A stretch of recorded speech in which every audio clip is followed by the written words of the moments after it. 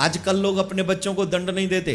देखिए, चाणक्य नीति में ऐसा कहा गया है, 5 वर्ष तक बच्चे की आयु जब तक हो तब तक उसे लाड़ प्यार दुलार देना चाहिए जम के।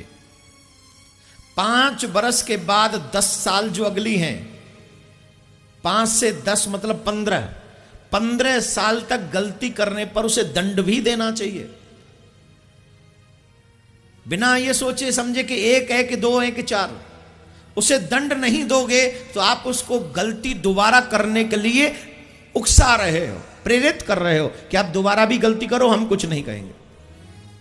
15 साल तक की उम्र तक बच्चे को बार बार दंड दो जब जब वो गलती करे, और 15 साल के बाद फिर उससे मित्रवत व्यवहार करना चाहिए, फिर उसे कभी दंडित नहीं करना चाहिए, फिर उसे समझाना चाहिए। अब बोले महाराज इतना क्यों डांटे क्यों? बोले सुनिए, फूलों को जब भगवान के गले में पहुंचना होता है ना माला बन के, तो सुई उनके भीतर से होके गुजरती है, तब वो माला बनते हैं। सोने को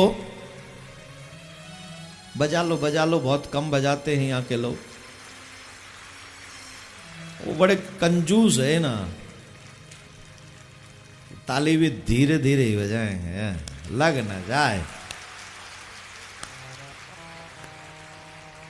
फूल को अगर माला बनना हो भगवान के गले के लिए तो सुई उसके भीतर से गुजरती है। सोने को अगर गहना बनना हो तो आग में तपना पड़ता है, और डंडे की वो जो होता है ना एक पीटने वाला, उसकी चोट सहनी पड़ती है, तब जाके माता बहनों के कान नाक और गले तक पहुंचता है।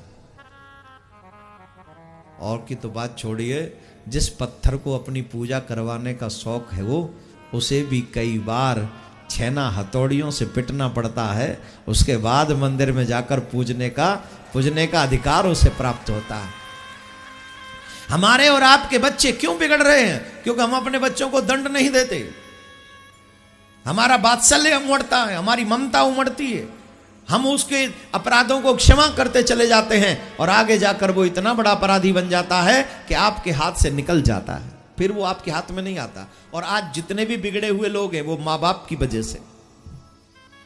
चाणक्य नीति को अपनाइए।